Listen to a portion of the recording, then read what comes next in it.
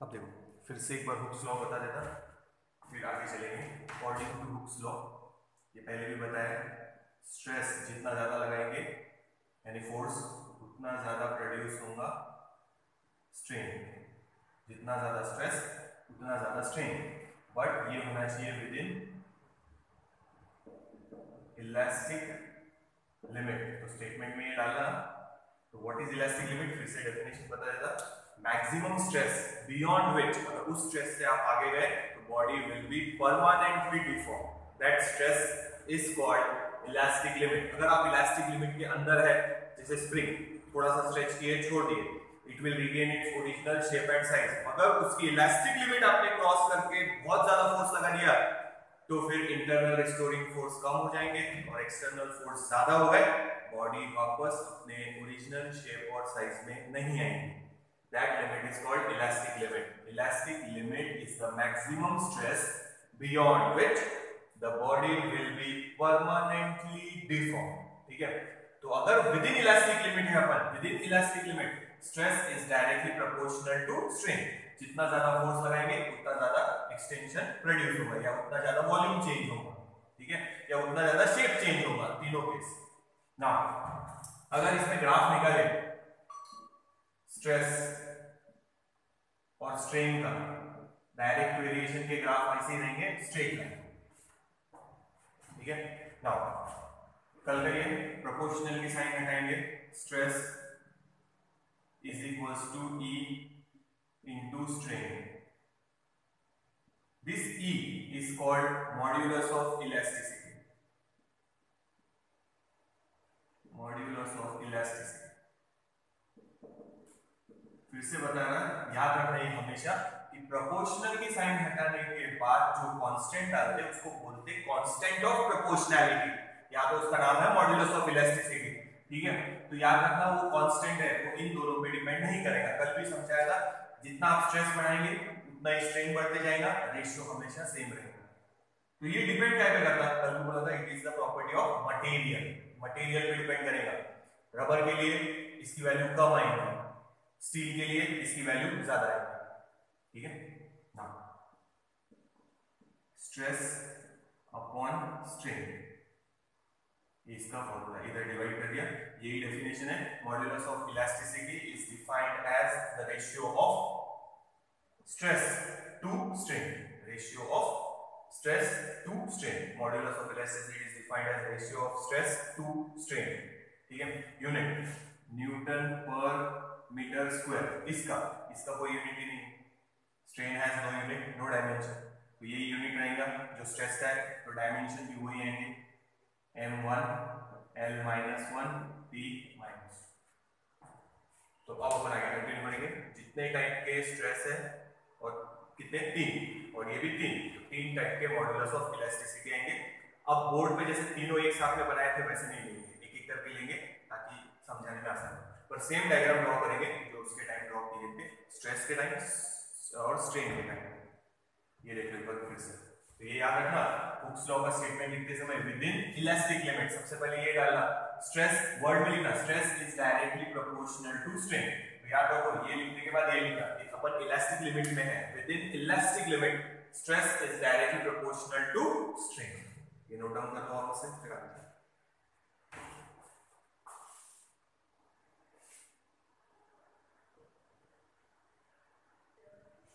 Diagram याद है, longitudinal stress और लॉन्जिट्यूडिनल स्ट्रेन में यही डायग्राम यूज किया। तो अब तीन टाइप के स्ट्रेस है, तीन टाइप के स्ट्रेन है, तो उनके रेशियो लेने, एंड तो therefore there will be three types of modulus of elasticity. पहला है यंग्स मॉड्यूलस,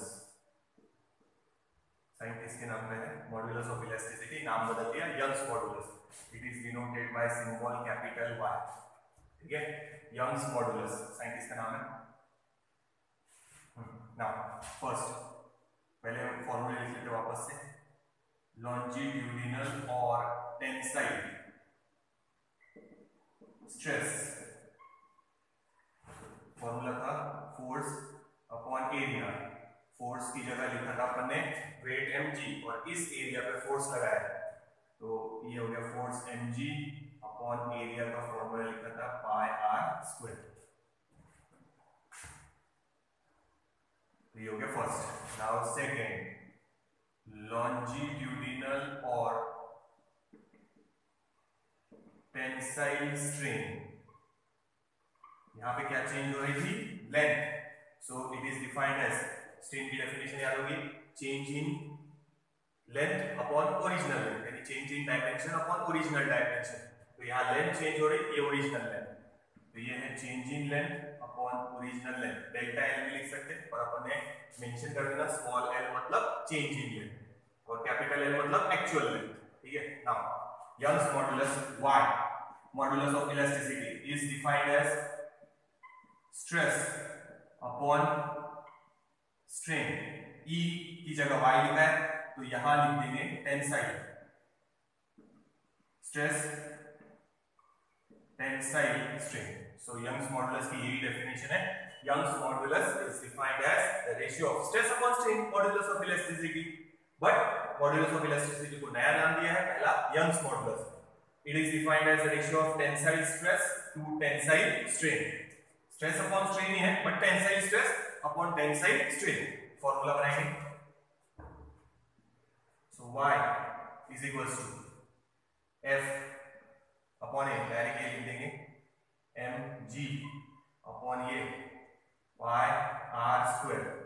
पहले F अपॉन ए भी लिख सकते चाहे तो, एक स्टेप में कोई फर्क नहीं पड़ेगा, बाद में उसको वैल्यू सब्स्टिट्यूट कर सकते, एक स्टेप बढ़ेगा। F अपॉन ए, ये डिवीजन में है तो मल्टीप्लिकेशन में लिखेंगे तो रिवर्स करके देखना, नहीं समझ में आया तो करके देख लेना। अपॉन में है ना, तो इसको अपॉन में लिखेंगे तो उल्टा करके मल्टीप्लिकेशन में लिखेंगे। तो ये फॉर्मूला भी याद रख सकते हैं। डायरेक्ट एरिया गिवन है, फोर्स गिवन है, तो ये सब्स्टिट्यूट करने की जरूरत नहीं पड़ेगी। न्यूमेरिकल में कैसा रहेगा उसके हिसाब से देखेंगे।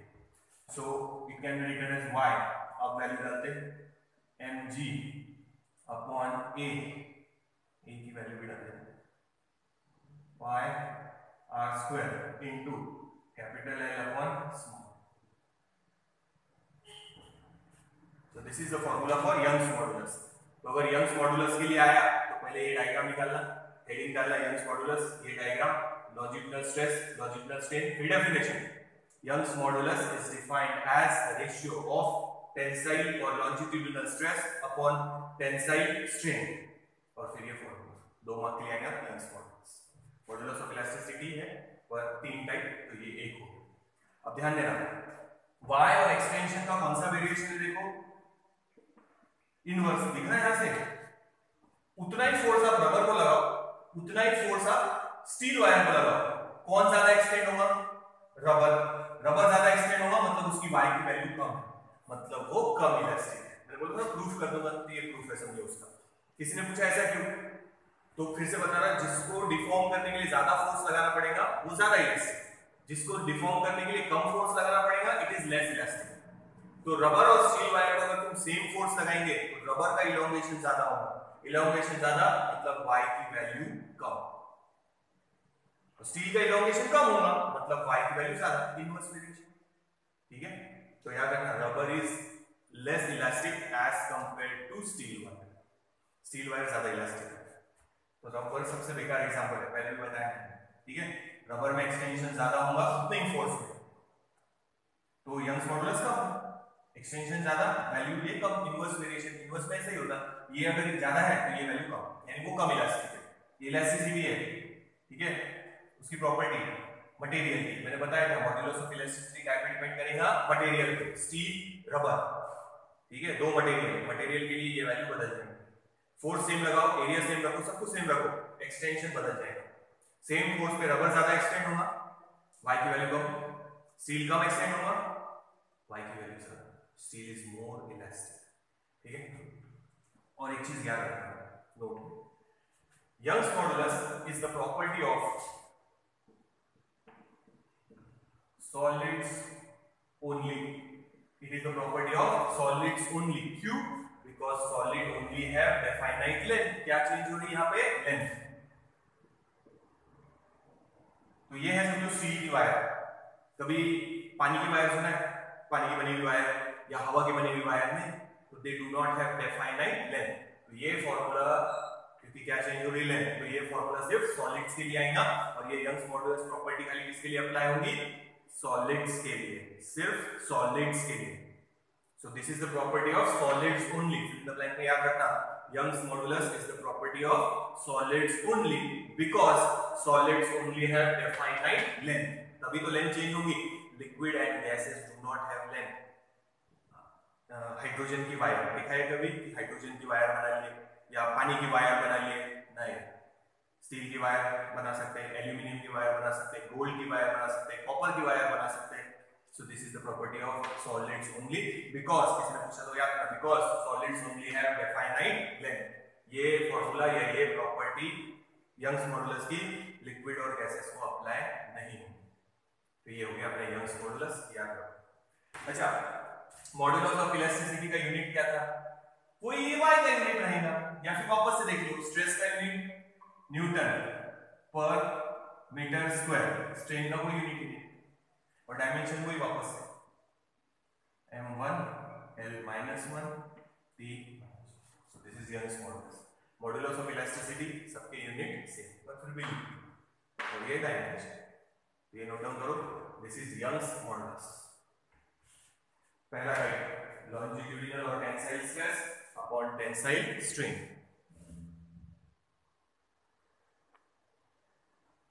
डायग्राम याद है, ये थी यूज किए थे वॉल्यूम स्ट्रेस और वॉल्यूम स्ट्रेन, या बल्क स्ट्रेस और बल्क या हाइड्रोलिक था, तो तीनों ने याद रखना।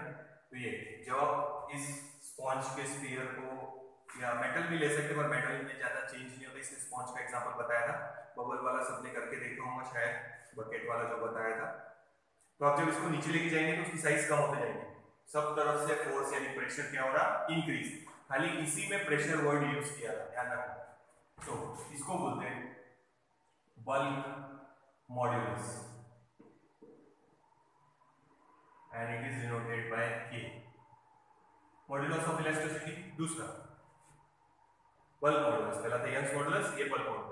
सबसे पहले लिखेंगे वॉल्यूम और बल्क स्ट्रेस का formula, it is force upon area, basic formula तो सबका सेम ही था, और बाद में इसी को खाली अपन ने लिखा था dP यानी चेंज इन प्रेशर, ठीक है। सेकेंड, इट इज वॉल्यूम और बल्क स्ट्रेन, यहाँ पे क्या चेंज हो रहा था, वॉल्यूम, तो इसीलिए इसका फॉर्मूला था चेंज इन वॉल्यूम यानी change in dimension upon original dimension यानी ओरिजिनल वॉल्यूम, तो change in volume upon original volume. So bulk modulus K is defined as, ये डेफिनेशन लिखना पहले, ratio of volume stress upon volume strain. ये दूसरा modulus of elasticity वही है, E is equals to stress upon strain, और यहाँ volume stress upon volume strain, उसको नया नाम दे दिया K। देखो फिर उसको वैल्यू सब्स्टिट्यूट करते हैं।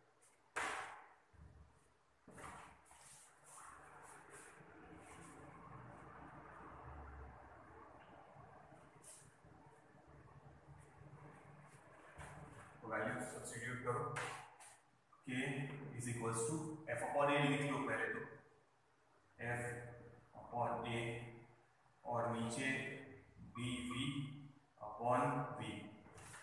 सो वैसे रिवर्स करके लिख सकते थे डायरेक्ट, पर अभी डिवीजन में। सो K is equals to, ये हो गया dP चेंज इन प्रेशर ऊपर, और ये V मल्टीप्लिकेशन में आ जाएगा, और अपॉन में V, तो ये हो गया बल्क मॉड्यूलस का फॉर्मूला। माइनस साइन है कुछ कुछ टेक्स्ट बुक्स में दी हुई, अपने इसमें नहीं है, पर याद रखना माइनस साइन दे सकते। जैसे प्रेशर बढ़ेगा तो वॉल्यूम कम होगा, माइनस साइन ये रिप्रेजेंट करेगा कि as pressure increases volume decreases, और अगर प्रेशर डिक्रीज हुआ तो वॉल्यूम क्या होगा, इंक्रीज। तो दे सकते, पर अभी मत लो, टेक्स्ट बुक में नहीं। सो this is the formula for bulk modulus. Unit वापस से वही, स्ट्रेस का newton per metre square, strain का कोई यूनिट ही नहीं है, डायमेंशन भी वही m1 l-1 p-, तीनों स्ट्रेस ही है, तीनों मॉड्यूलस ऑफ इलास्टिसिटी है, सिर्फ नाम बदले हैं, क्योंकि volume stress upon volume strain, इसके पहले था tensile stress upon tensile strain, देख लो। तो ये हो गया बल्क मॉड्यूलस डायग्राम, पहले हेडिंग फिर ये लिखने के पहले definition, bulk modulus is defined as the ratio of volume stress to volume strain. Value डाले, F अपॉन ए को dp लिखा और ये रिवर्स करके लिखा है V अपॉन d। देखो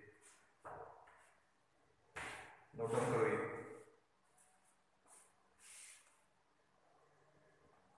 तो अब ध्यान रखना इसमें क्या चेंज हो रहा, फिर से बता रहा, इसमें चेंज हो रहा volume. So solid, liquid, gas all have definite volume. Solid, liquid and gas. आप गैस को भी कंप्रेस कर सकते हैं, सिलेंडर में भरी हुई है गैस को कंप्रेस कर सकते हैं, आप लिक्विड को भी कंप्रेस कर सकते हैं और आप सॉलिड को भी कंप्रेस कर सकते हैं। तो ये जो बल्क मॉडुलस है, it is the property of solid, liquid and gas. Young's modulus सिर्फ सॉलिड की प्रॉपर्टी थी, बट ये लिक्विड गैसेस को भी अप्लाई होगी। So this is the property of bulk modulus, is the property of solid, liquid and gas. यानी ये solid, liquid और गैस तीनों को अप्लाई हो सकता है। क्यों? Because all have definite volume. Gases, liquid and solid all have definite volume. और इसमें वॉल्यूम भी चेंज होगा। कंटेनर में गैस भरी हुई है, उसको प्रेस कर रहे हैं, दिस इज कंटेनर, ये पिस्टन है और इसके अंदर गैस है समझो, तो आप इसको प्रेस करके गैस को कंप्रेस कर सकते हैं। प्रेशर बढ़ाएंगे, वॉल्यूम कम होगा। यहाँ आ गया समझो, ये मूव हो गया तो वॉल्यूम कम होगा, गैस कम जगह में। तो ये सॉलिड, लिक्विड और गैस सबके लिए अप्लाई होगा। देखिए फिर एक और चीज लिखते हैं,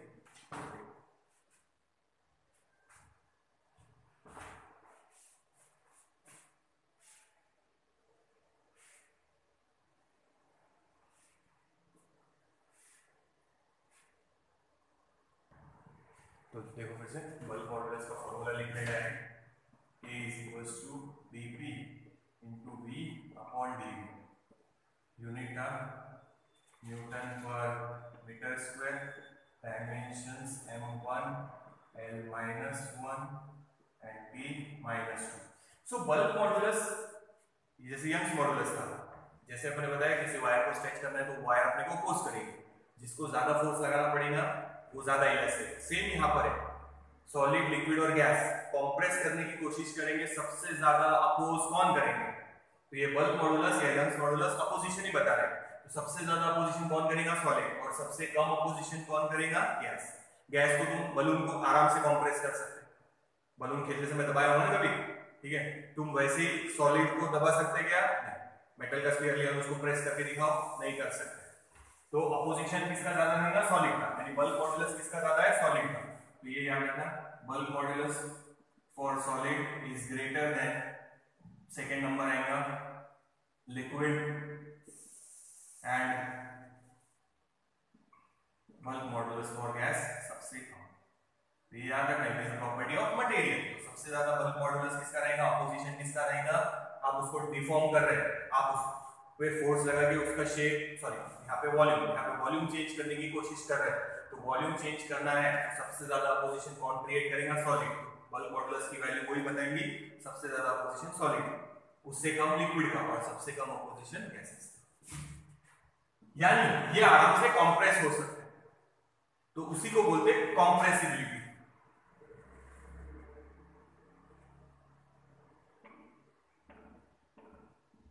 It is the reciprocal of bulk modulus. It is the reciprocal of bulk modulus. देखो यहां अपन बता रहे हैं कि अपोजिशन किसका ज्यादा है, तो यहां अपोजिशन ज्यादा तो कंप्रेसिबिलिटी कम, यानी वो ज्यादा कंप्रेस नहीं होगा। तो सबसे ज्यादा कंप्रेस कौन होगा? गैस। तो ये इनवर्स वेरिएशन है, याद रखना। कंप्रेसिबिलिटी मतलब कंप्रेस होने की एबिलिटी। इन शॉर्ट, ये किसी को बोलना नहीं, ये अपने समझने के लिए, कंप्रेस होने की एबिलिटी सबसे ज्यादा किसकी है? गैस।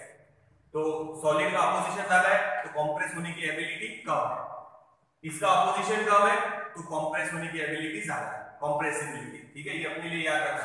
तो अगर इसको सिंबल देख के डैश सॉलिड, के डैश लिक्विड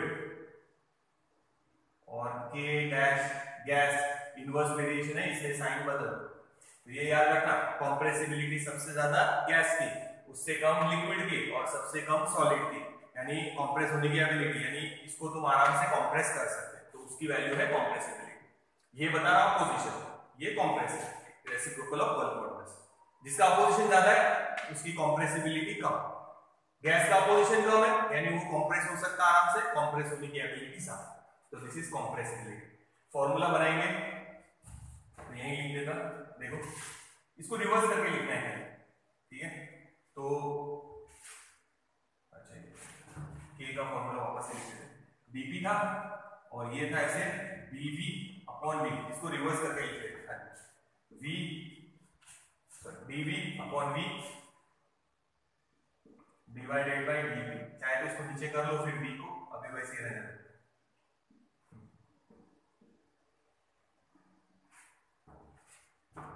तो इसको पहले ऐसे लिखे थे फिर v ऊपर किए थे तो ऐसा हो, तो dv अपॉन v वही रखो और dp नीचे। सो कंप्रेसिबिलिटी की दो डेफिनेशन है, एक तो ये लिख सकते हैं reciprocal of bulk modulus is called compressibility, या ये लिख सकते हैं it is change in volume, fractional change in volume per unit pressure, पर मतलब अपॉन में।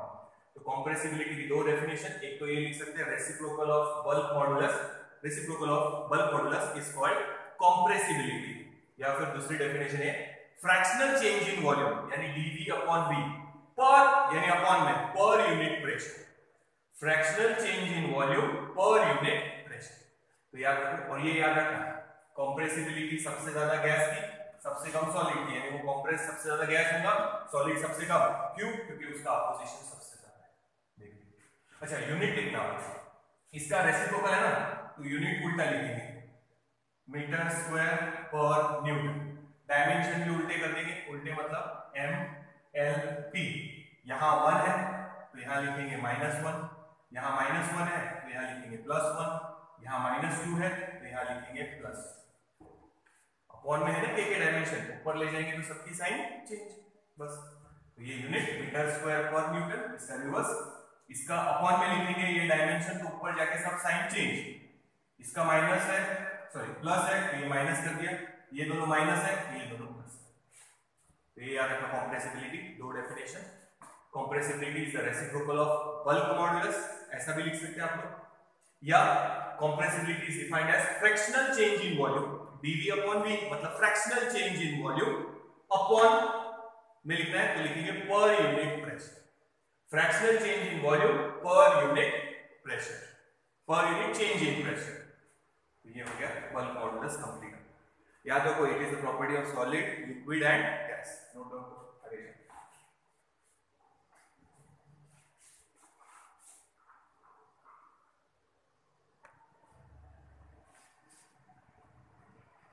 तो ये नोट डाउन करना, ये हो गया पूरा बल्क मॉडुलस यहाँ पे कंप्लीट।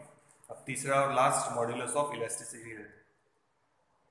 चलो ये तीसरी डायग्राम याद है, इस बॉक्स को नीचे फिक्स किया है और ऊपर से टेंजेंशियल फोर्स लगाएंगे यहाँ पे, तो ये टिल्ट होगा, ऐसा बेस फिक्स है, ये फिक्स करके रखो।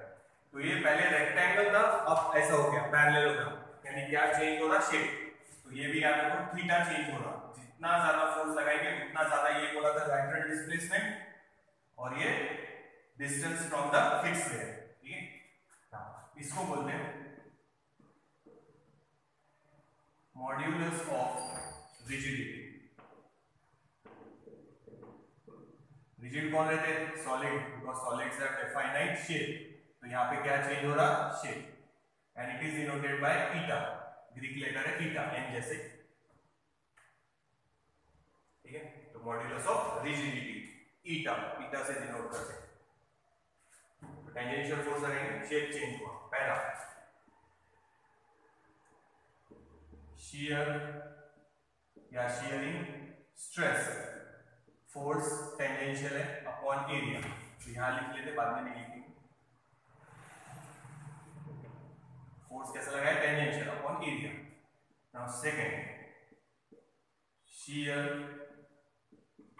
strain, it was denoted by theta, it is defined as, ऐसे बता देता, ratio of lateral displacement of any layer to its distance from the fixed layer, या tan theta था x upon h, तो अभी थीटा ही लिखेंगे, tan theta opposite upon h जैसे। So modulus of rigidity is defined as, definition लिखो, it is the ratio of shear stress to shear strain।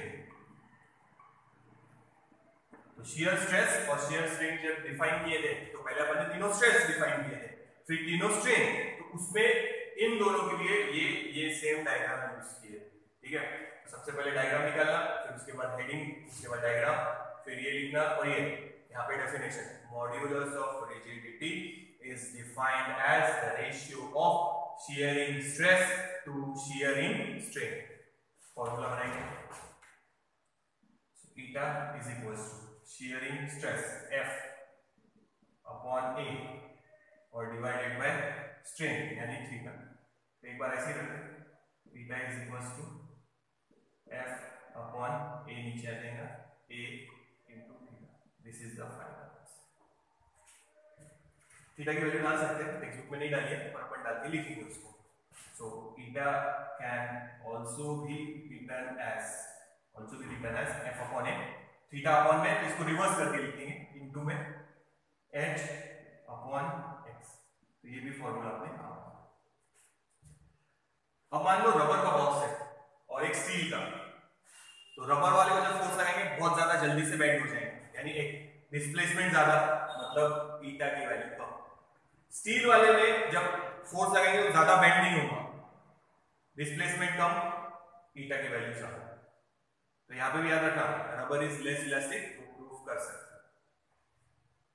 इसमें building का example बनाया था, हाईटेक बिल्डिंग जब बनाते तो जैसे 100 फ्लोर है या 120 फ्लोर है, उससे ज्यादा है, तो स्टील के फ्रेम में ईंटें लगाते हैं। क्यों? क्योंकि स्टील ज्यादा इलास्टिक है तो डिस्प्लेसमेंट कम होगा, ज्यादा बेंड नहीं होगी बिल्डिंग। नहीं तो सिर्फ कंक्रीट और ईंटों से बनाएंगे तो ज्यादा बेंड होंगी and it can even break. Unit वही, स्ट्रेस का unit newton per metre square, strain का कोई यूनिट ही नहीं है, और डायमेंशन वही m1 l -1 t -1। Now Young's modulus or modulus of elasticity, these are the properties of solid only। यहाँ पे solid की property क्यों है? Because solids only have definite shape। Steel का बॉक्स, पूरा बॉक्स बनाए, स्टील का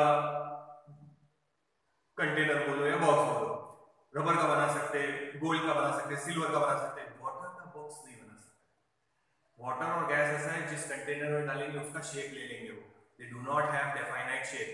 so याद रखना, Young's modulus and modulus of rigidity, they are the properties of solids only, because solids only have definite length and definite shape। हाँ, bulk modulus तीनों की property है, solid, liquid and gas, because they all have definite volume।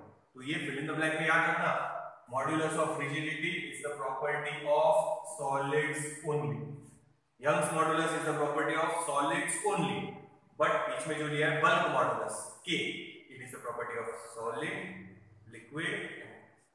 तो ये अपना हो गया तीसरा मॉड्यूलस ऑफ इलास्टिसिटी। पहला था Young's modulus, दूसरा bulk modulus, तीसरा मॉड्यूलस ऑफ रिजिडिटी। पहला ही साइंटिस्ट के नाम पे था, बाकी दो नहीं। तो तीन टाइप के मॉड्यूलस ऑफ इलास्टिसिटी, तीनों के यूनिट सेम, डायमेंशन भी सेम, फॉर्मूला भी सेम है, स्ट्रेस अपॉन स्ट्रेन, बट एक जगह longitudinal stress upon longitudinal strain, एक जगह volume stress upon volume strain, और यहाँ पे shearing stress upon shearing strain. Note down कर लीजिए। तो तीनों टाइप के मॉड्यूलस होते हैं।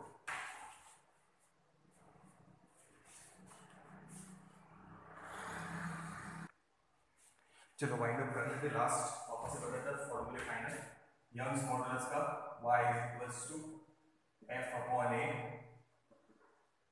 Into capital L upon small l, या वैल्यू डाल दो mg upon area pi r square into capital L upon small l। Small l is extension, capital L is original length. Bulk modulus dp into v upon dv, minus sign डाल सकते, याद रखना minus sign will show that as pressure increases volume decreases। third modulus of rigidity f upon a into theta or f upon a into h upon x।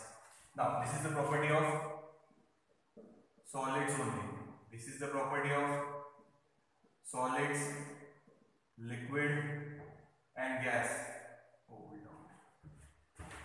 arrow ये इधर से the property of solid, liquid and gas. So modulus of rigidity is the property of solids only. तो याद रखना solids, Young's modulus is the property of solids only because solids have definite length. Modulus of rigidity is the property of solids only because solids only have definite shape. Bulk modulus is the property of solid, liquid and gas because they have definite volume. तो याद रखो solid possess all the three properties. In the blank में याद रखना solid possess all the three properties: Young's modulus, bulk modulus and modulus of rigidity. Gases and liquid only possess bulk modulus. तो तीनों का relation है, तो तीनों का रिलेशन अगर है तो सिर्फ काय के लिए होगा? सॉलिड के लिए. टेक्स्ट बुक में नहीं है, याद रखना 9/y is equals to 3/eta plus 1/k.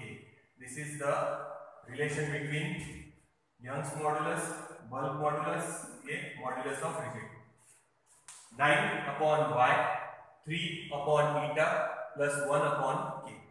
तो ये सिर्फ किसके लिए अप्लाई होगा? सॉलिड्स के लिए, क्योंकि solid possess all the three. Liquid और गैसेस के लिए ये फॉर्मूला अप्लाई नहीं होगा. तो ये तीनों का रिलेशन याद रखना. किसके लिए? खाली सॉलिड्स के लिए. 9/y is equals to 3/eta plus 1/k. Text book में नहीं है पर फिर भी याद रखना, बाद में काम आएगा. तो याद रखना ये और ये दोनों सिर्फ प्रॉपर्टी ऑफ सॉलिड्स है. K is the property of solid, liquid and gas. तो यहाँ ये खत्म हो गया समझो अभी फिलहाल आज का वीडियो. नेक्स्ट आगे का इसमें बाद में कंटिन्यू करेंगे.